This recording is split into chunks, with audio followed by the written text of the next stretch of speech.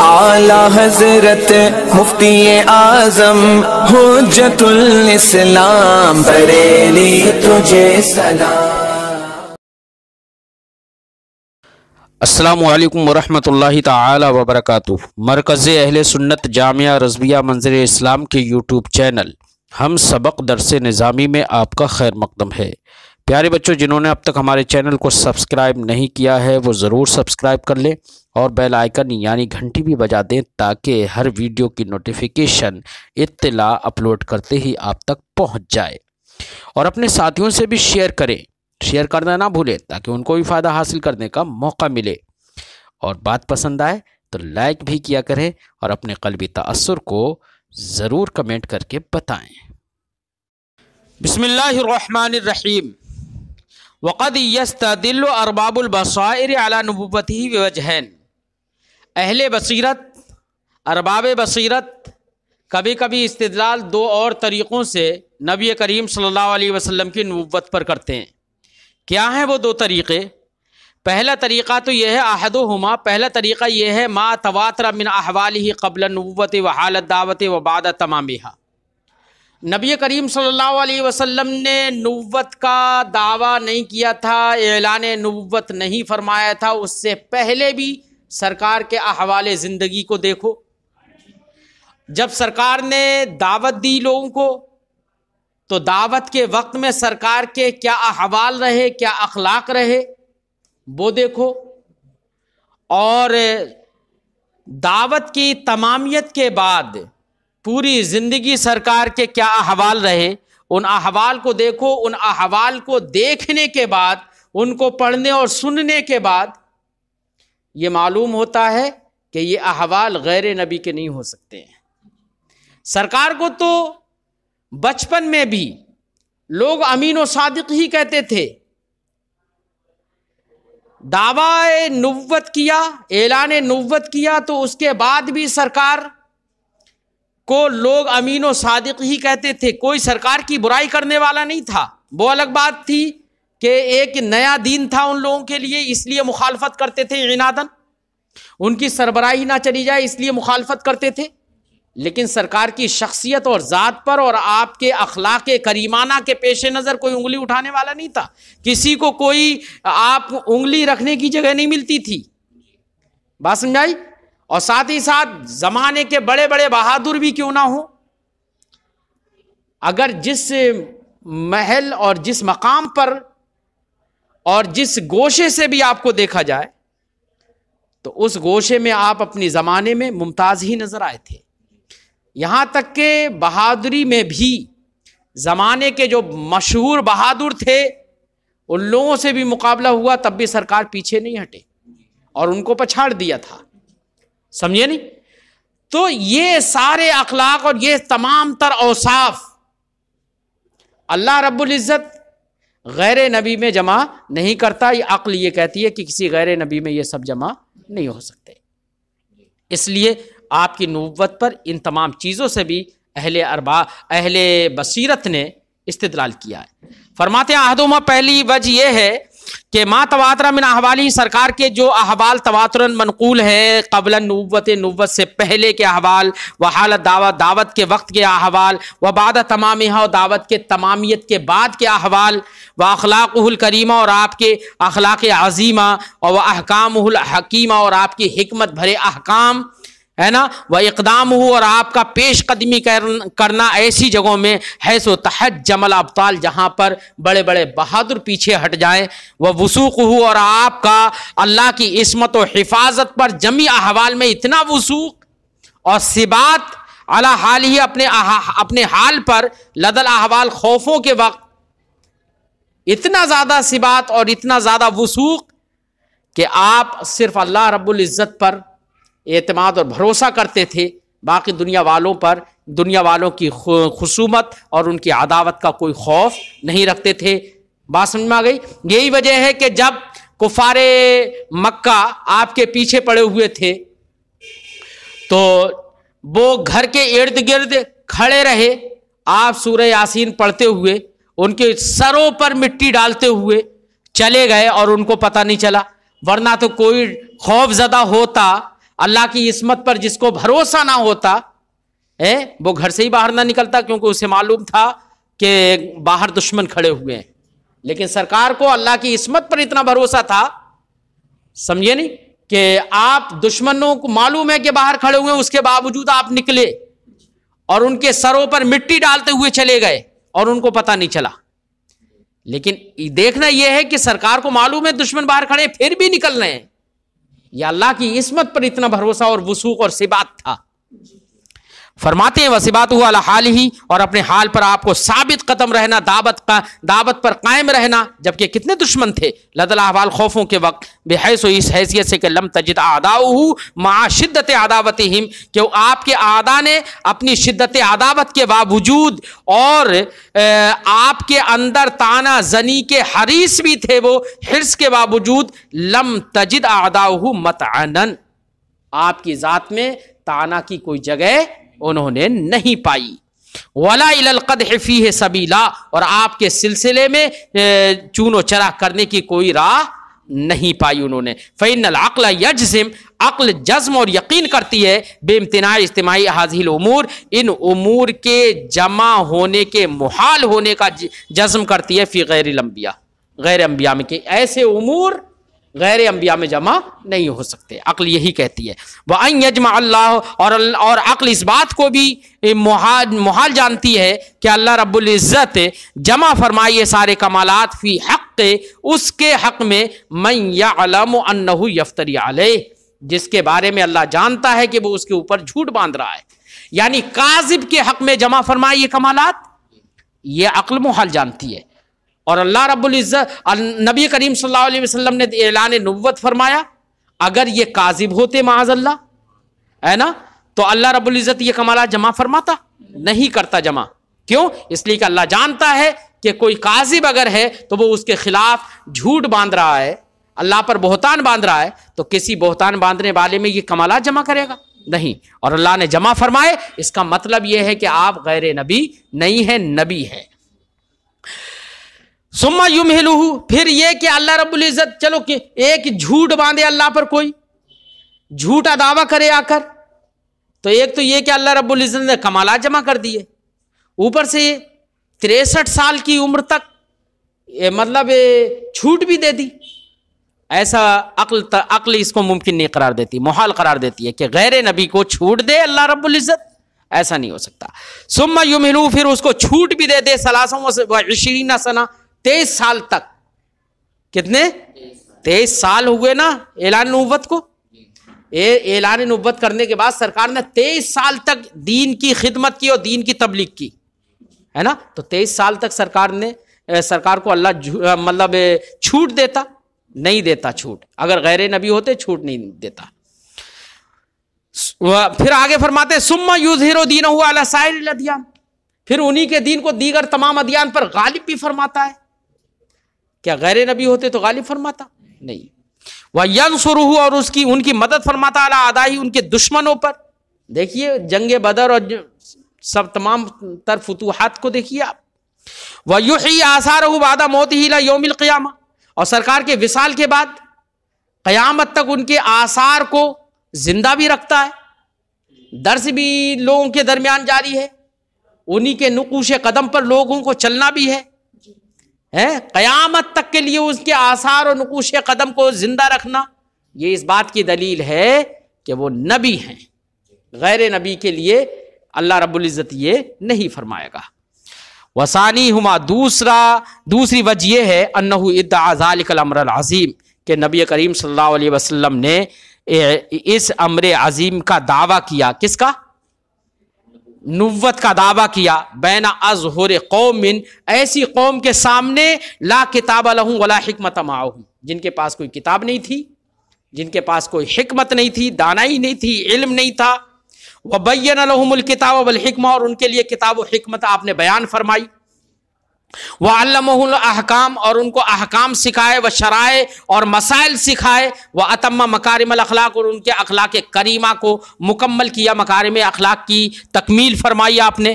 واکمل کثیرا من الناس فی الفضائل العلمیہ والعملیہ، اور بہت سارے لوگوں کو فضائل علمیہ اور فضائل عملیہ سے آراستہ فرمایا آپ نے، مکمل فرمایا. ونور العالم بالایمان، اور عالم کو ایمان اور عمل صالح سے منور و روشن فرمایا.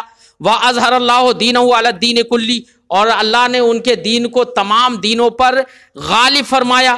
کما وعدہ، جیسے کہ اللہ نے وعدہ فرمایا ہے نا دین کو مکمل کرنے کا، غالب فرمانے کا. ولا معنی للنبوۃ والرسالۃ سوى ذلک، نبوت اور رسالت کے اس کے علاوہ اور کوئی معنی نہیں ہے کہ اللہ کے دین کے، اللہ کے پیغامات کو عام کر دینا، ایمان سے کائنات کو بھر دینا ہے نا، ایمان کے نور سے روشن فرما دینا، لوگوں کی ہدایت دینا، لوگوں کو گمراہی سے اچھائی کی طرف لے کر آنا، کفر سے ایمان کی طرف نکالنا.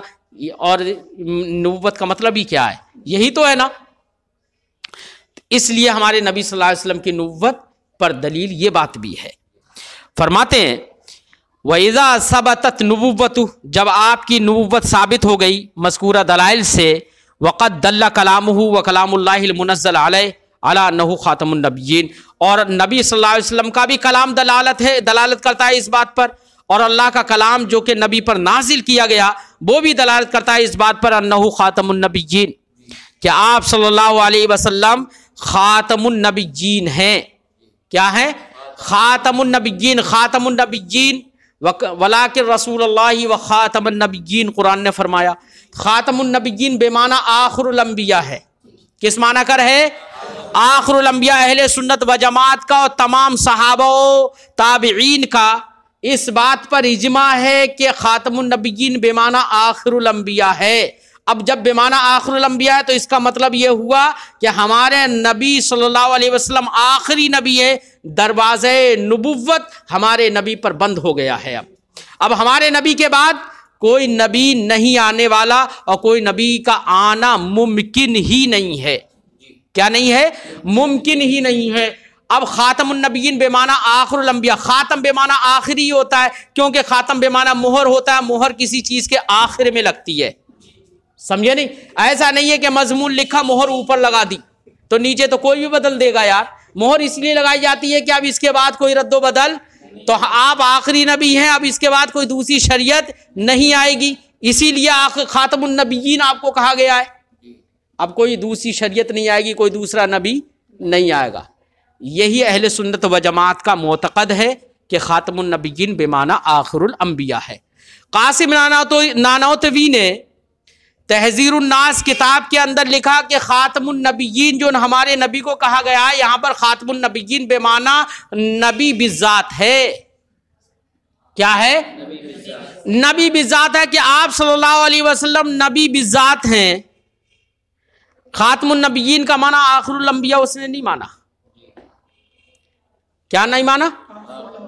آخر الانبیاء نہیں مانا. اسی لیے اس نے یہ بھی لکھ دیا کہ ہمارے نبی کے بعد اگر کوئی دوسرا نبی بھی آ جائے تو آپ کی خاتمیت میں کوئی فرق نہیں آئے گا، کیونکہ خاتمیت بے معنی نبی بالذات مان لیا اس نے، اور نبی بالذات آپ ہیں تو اگر کوئی دوسرا نبی بھی آئے گا تب بھی نبی بالذات آپ ہی رہیں گے. بات سمجھ میں آئی؟ یہ اس کا قول خاتم النبیین بے معنی خاتم بے معنی نبی بالذات، یہ قول اجماع کے بھی خلاف ہے، لغت کے بھی خلاف ہے، سمجھے نہیں؟ اور اجماع کے خلاف ہے، لغت کے بھی خلاف ہے.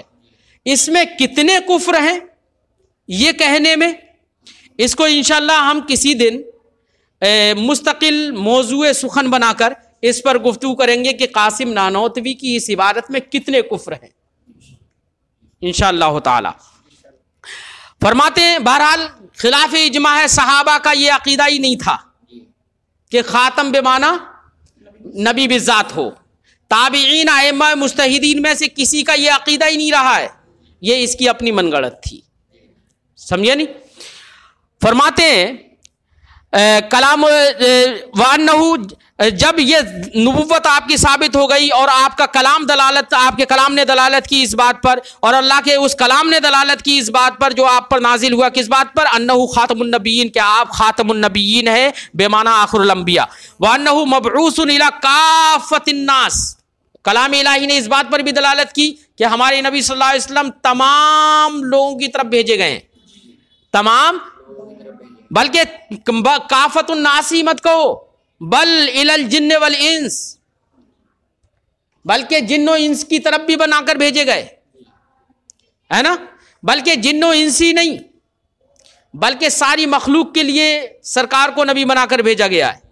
یہی وجہ تھی کہ جو نباتات تھے وہ بھی سرکار کو سلام کرتے تھے، سلام کرنا دور کی بات، ان کو کوئی تکلیف ہوتی تھی وہ بھی شکوہ بھی کرتے تھے۔ جیسے نبی کریم صلی اللہ علیہ وسلم نے ایک پیڑ سے ٹیک لگا کر سرکار بیٹھ جاتے تھے، کچھ دن سرکار جب تشریف نہیں لے گئے اور ٹیک لگا کر نہیں بیٹھے تو بعد میں گئے تو وہ مطلب وہ پیڑ بھی رو رہا تھا، سمجھے نہیں؟ ایک اونٹ پر بہت زیادہ، ایک گائے پر بہت زیادہ کسی نے وزن لاد دیا، گائے ہے یا اونٹ مجھے ذہن میں نہیں آ رہا ہے، اونٹ، تو وہ اونٹ سرکار سے شکایت کر رہا ہے۔ ایک گائے کا بھی مسئلہ ہے، وہ دوسرا ہے، تو اونٹ نے سرکار سے شکایت کی۔ کتنے ایسے واقعات ہیں، تو سرکار کو تو پوری مخلوق کے لیے رسول بنا کر بھیجا گیا تھا۔ سرکار نے فرمایا ارسلت الی الخلق کافہ، میں پوری مخلوق کی طرف رسول بنا کر بھیجا گیا ہوں، پوری، اور مخلوق صرف سرکار کے زمانے کے لیے تھوڑی ہے، مخلوق پورے زمانے کے لیے، چاہے وہ گزشتہ زمانہ ہو یا قیامت تک آنے والا زمانہ ہو، سب کو مخلوق کہا جا رہا ہے نا۔ تو سرکار تو ساری مخلوق کے لیے نبی بنا کر بھیجے گئے۔ اب اگر آپ پورے آخری نبی نہیں ہوتے تو پوری مخلوق کے لیے نبی بنا کر بھیجنے کی کیا ضرورت تھی اس میں، ہے نا؟ یہ دلیل ہے اس بات پر کہ آپ آخری نبی ہیں، تبھی پوری مخلوق کے لیے رسول بنا کر آپ کو بھیجا گیا ہے۔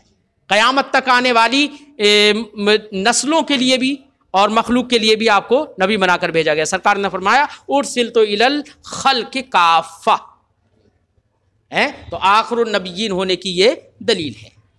فرماتے ہیں ثبتا، تو یہ بات ثابت ہو گئی انہ آخر الانبیاء، کہ آپ آخر الانبیاء ہیں، وان نبوتہ لا تختص بالعرب، اور آپ کی نبوت عرب کے ساتھ مختص نہیں ہے، کما زعم بعض النصارى، جیسے کہ بعض نصارہ نے اور بعض یہود نے یہ خیال کر لیا کہ آپ کی عرب، آپ کی نبوت وہ صرف اور صرف جزیرہ عرب کے لیے ہے۔ ایسا نہیں ہے۔ سرکار نے کیا فرمایا ارسلت الی الخلق کافہ، خلق کا اطلاق صرف عرب پر ہوگا؟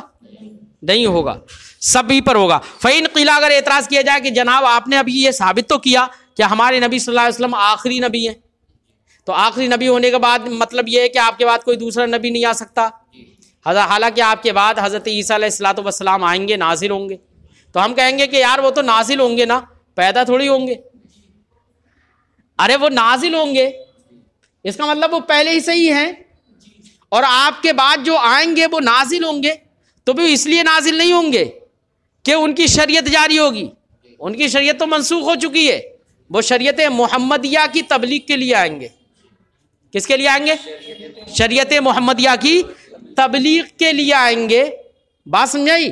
تو کوئی نیا نبی نہیں آئے گا، وہ تو نبی پہلے سے تھے، کوئی نیا نبی آپ کے بعد نہیں آئے گا، کوئی نئی شریعت لے کر نہیں آئے گا کہ نئے احکام جاری کرے، وہ شریعت محمدیہ کے مطابق احکام جاری کریں گے۔ بات سمجھائی؟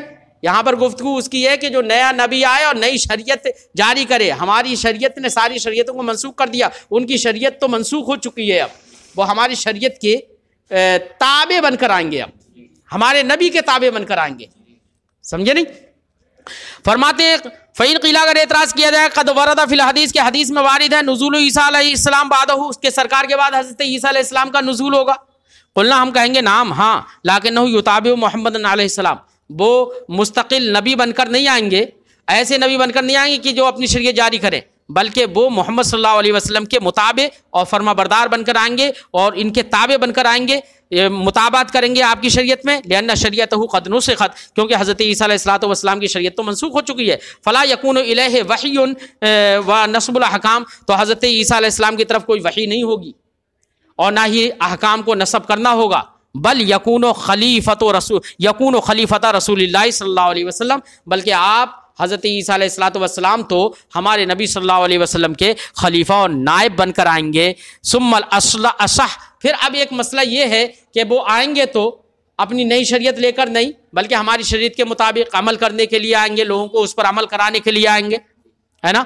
لیکن ایک مسئلہ یہ ہے کہ حضرت عیسیٰ علیہ السلام جب تشریف لائیں گے تو بہت ساری روایتوں میں کہ حضرت امام مہدی حضرت عیسیٰ کی امامت فرمائیں گے.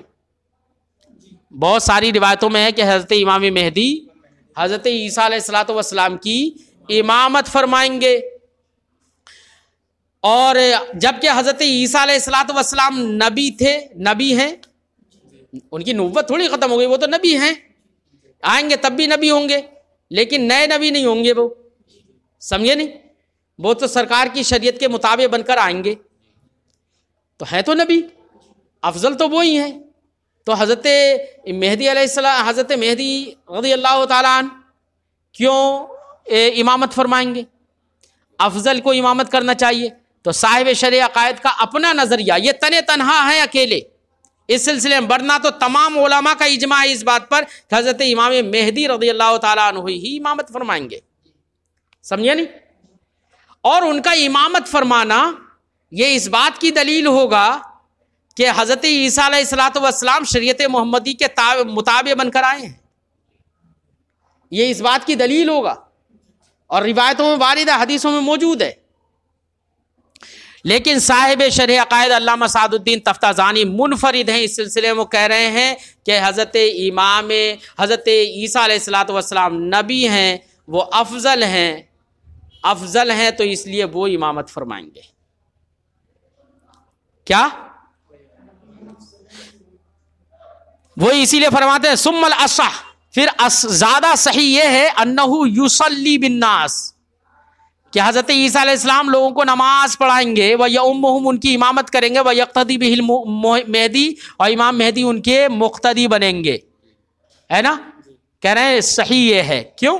لِأَنَّهُ افضل, کیونکہ وہ افضل ہے, نبی ہے, فَإِمَامَتُهُ اولا, تو ان کی امامت اولا ہے. ہمارے بزرگوں نے اس کی کہا ہے کہ اولا ہے, لیکن تطبیق کی صورت ہمارے بزرگوں نے کچھ نے ذکر کی ہے, وہ یہ کہ حضرت مہدی علیہ الصلوۃ والسلام, حضرت مہدی رضی اللہ تعالیٰ عنہ پہلے امامت فرمائیں گے, تاکہ یہ ظاہر ہو, جیسے کہ روایتوں میں ہے, تاکہ یہ ظاہر ہو کہ حضرت عیسیٰ علیہ الصلوۃ والسلام شریعت محمدیہ کے ایک مطابق بن کر تشریف لائے ہیں, صرف یہ ظاہر کرنے کے لیے. پھر بعد میں حضرت عیسیٰ علیہ الصلوۃ والسلام اپنی افضلیت کی بنا پر امامت فرمائیں گے.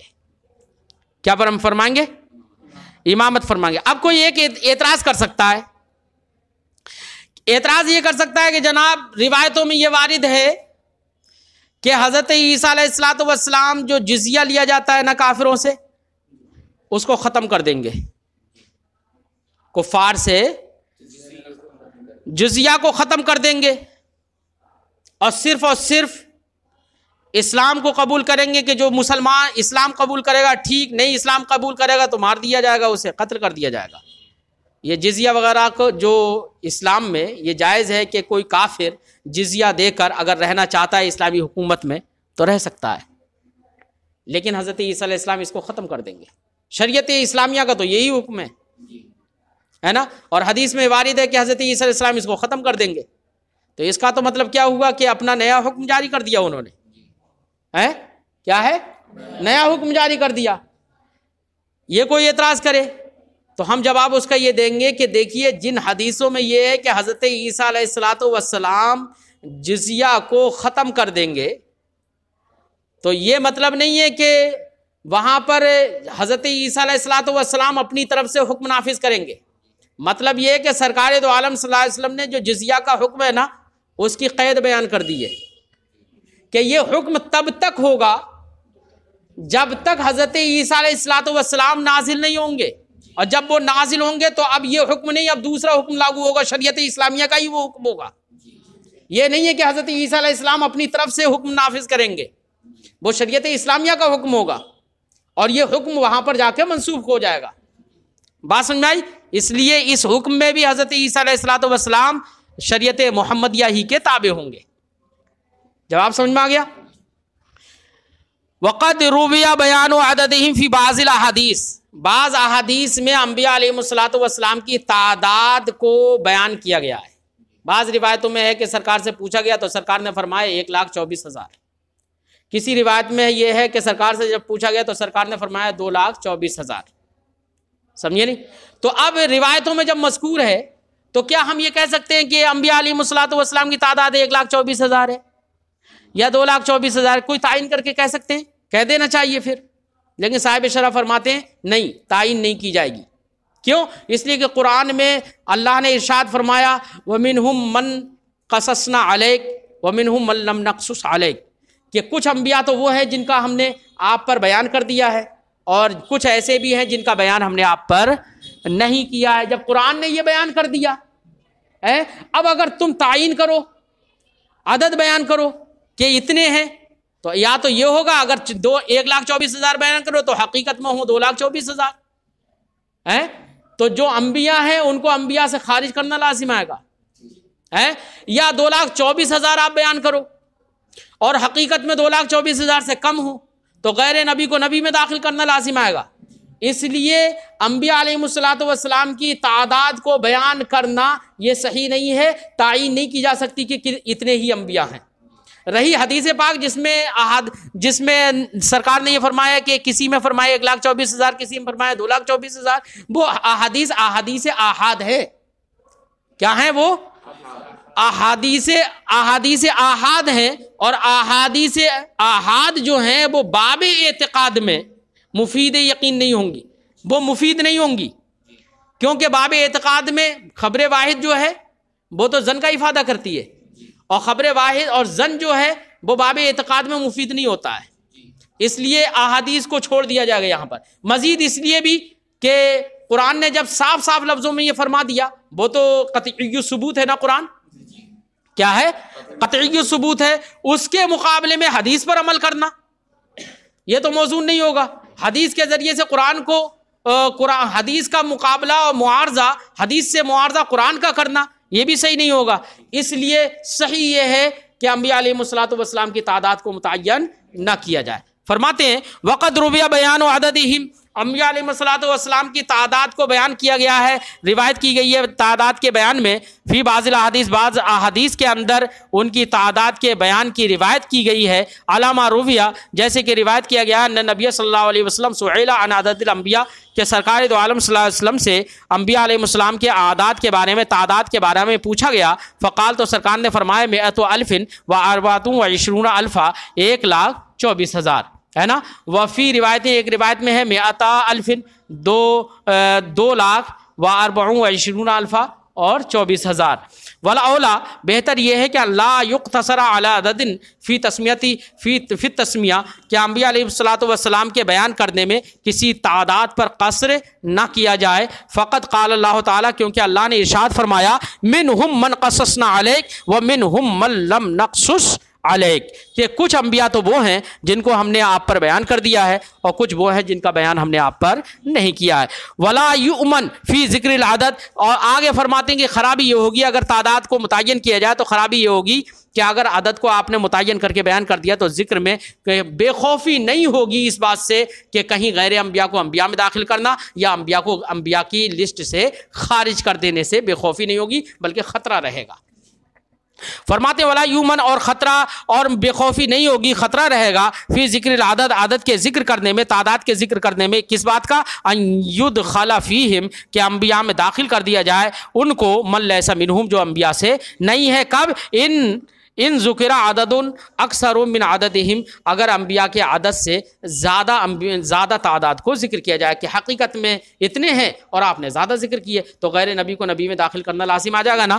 او یخرج منہم، یا انبیاء علیہ الصلوۃ والسلام سے خارج کر دیا جائے ان کو، من ہوا فیہم، جو کہ انبیاء علیہ السلام میں ہے۔ کب؟ ان ذکر اقل من عددہم، اگر حقیقی تعداد ان کی جو بھی ہے اس سے کم ذکر کی جائے تعداد، ہے نا۔ یعنی مطلب یہ ہوا ان خبر الواحد علی تقدیر اجتماعی علی جمیع الشرائط۔ چند جواب دے رہے ہیں۔ کوئی اعتراض کر سکتا ہے جناب جب خبر میں، حدیث میں متعین ہے کہ اتنے تعداد ہے ان کی، 1,24,000 یا 2,24,000، تو ہم کو تعین کرنے کی کیا پریشانی ہے؟ ہم بھی تعین کر سکتے ہیں، ہے نا۔ تو صاحب شرح جواب دیتے ہیں، فرماتے ہیں سب سے پہلی بات تو یہ کہ یہ خبر واحد ہے، اور خبر واحد چند شرائط سے کے ساتھ ہی مقبول ہوتی ہے۔ پہلی بات تو وہ شرائط جو خبر واحد کے قبول کرنے کے ہیں، وہ سارے شرائط اس میں پائے جا رہے ہیں، ان خبروں میں پائے جا رہے ہیں، یہ ہمیں تسلیم نہیں۔ ایک جواب۔ دوسرا جواب یہ کہ مان بھی لیتے ہیں کہ وہ سارے شرائط پائے جا رہے ہیں، تو دوسرا جواب یہ ہے کہ خبر واحد ہے تو مفید ظن ہی تو ہے، اور جب مفید ظن ہے تو باب اعتقادیات میں یہ مفید نہیں ہوں گی، ہے نا.